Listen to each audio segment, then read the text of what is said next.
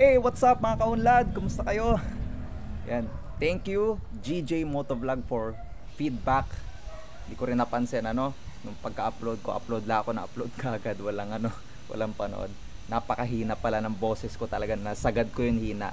Well, kanina kasi ayan, may natutulog pa sa bahay namin. So hindi ko malakasan yung boses ko at basta pabulong lang. Yan, pabulong lang yung pagkakasabi ko. And hindi ko alam nasagad ko pala yun, parang pabulong na pagkakasabi ko. Anyway, nandito ako ngayon sa street malapit sa amin, itong nasa likuran ko, tindahan to dati yun.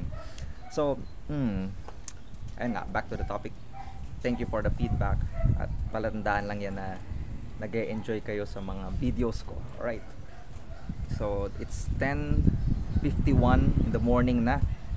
Okay, at yan, may konting dumadaan na tao.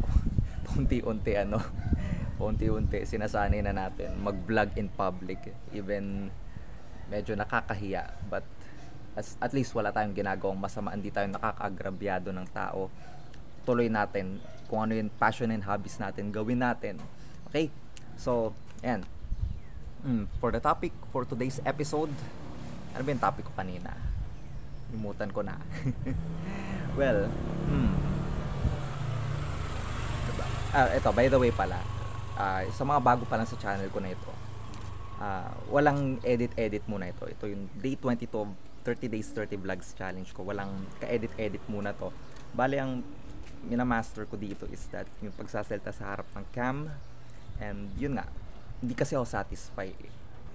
Hindi ako kontento na nag-improve lang ako sa editing skills, pero yung pagsasalita ko sa harap ng camera, napaka monotonous voice pa rin.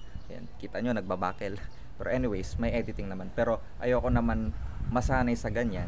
At least, for example, sabihin natin, pinag-public speech ako.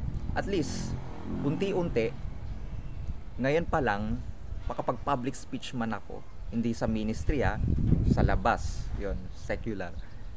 Tuloy-tuloy yung pagsasalita ko. Hindi lang umikot sa, Amen, praise the Lord, hallelujah. Well, hindi naman natin minamasama yun. Alam naman natin, hindi naman natin may tatanggi taong simbahan tayo. Pero gusto ko rin masanay, no? Ano yun sa labas.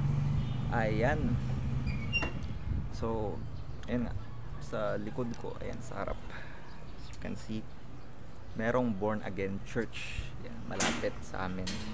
Ayan, napapadaan lang ako dyan. And may share ko lang. Yung mga kinakanta sa ministry namin na El Shaddai, kinakanta rin dyan. Siyempre, isang Kristiyano lang tayo, wala naman problema yun. Then kanina, kakagising ko lang talaga, and low energy pa naman talaga ako noon. Kakagising ko lang eh, alatang alam mo yun, punas ng mata, mga muta. Ay. Well, anyway, at least persistent tayo at aggressive tayo, pagka-assertive tayo, agresibo tayo na makagawa ng daily vlog ngayon kahit na nagka-problema kanina sa audio. Napakainit na talaga ngayon. Ayoko sanang gumawa ngayon ng mga ganito kasi sobrang init, ayoko lumabas. Kaso yun nga, kailangan ko panindigan, no? Kailangan ko panindigan yung nasimulan ko na. Anyways, 5 minutes lang naman tayo, okay? Kalimutan ko na yung topic ko kanina eh. Ano ba topic ko kanina? Ay, sige, mag-iba na muna tayo ng topic ngayon for today's episode. Yan. Basta tuloy mo lang yung ginagawa.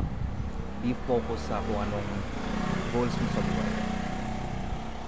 And walang imposible sa taas. Yan. Okay, ito, mai-share ko na sa maikling video na ito. Hindi ka man relihiyoso or relihiyoso ka man tao, first time ko ma-experience yung Holy Spirit, sabihin na natin, ang gaan sa pakiramdam. Nandyan yung joy, nandyan yung nakakangiti ako, nandyan yung basta magaan, parang takot ka magkasala, ramdam mo yung presensya ng Diyos sa katawan mo.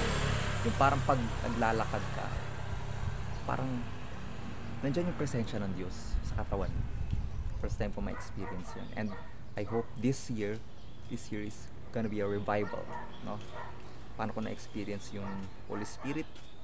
First time, nung mahawakan ko yung kamay ng aming servant leader ng El Shaddai, si Brother Mike. Wala, trip ko lang. Nung malihans niya ako, napatungan niya ako ng kamay sa ulo. Trip ko lang, hawakan yung kamay niya.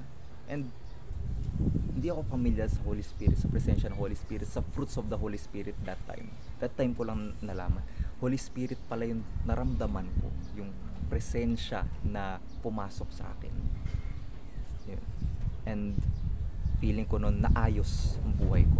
Naging kasama ko yung Diyos. Naging magaan lahat sa buhay ko. So, mga kaunlad, I hope, let's pray for each other. Panalangin nyo ako, panalangin natin yung bawat isa. This year is gonna be a revival. Magpakaalab tayo sa paglilingkod muli sa Panginoon Diyos at mas mabigyan natin karangalan yung pangalan niya. And yung pag-serve natin, I hope makapagsumikap tayo na hindi lang basta may magawa tayo, kundi we put some extra effort in our service. Ano man yung ministry na kinabibilangan natin. So, thank you for watching this video once again. This is Prince of Femia, and patuloy kayong mag-subscribe, patuloy kayong sumabaybay sa lahat ng videos na gagawin ko. Thank you. God bless.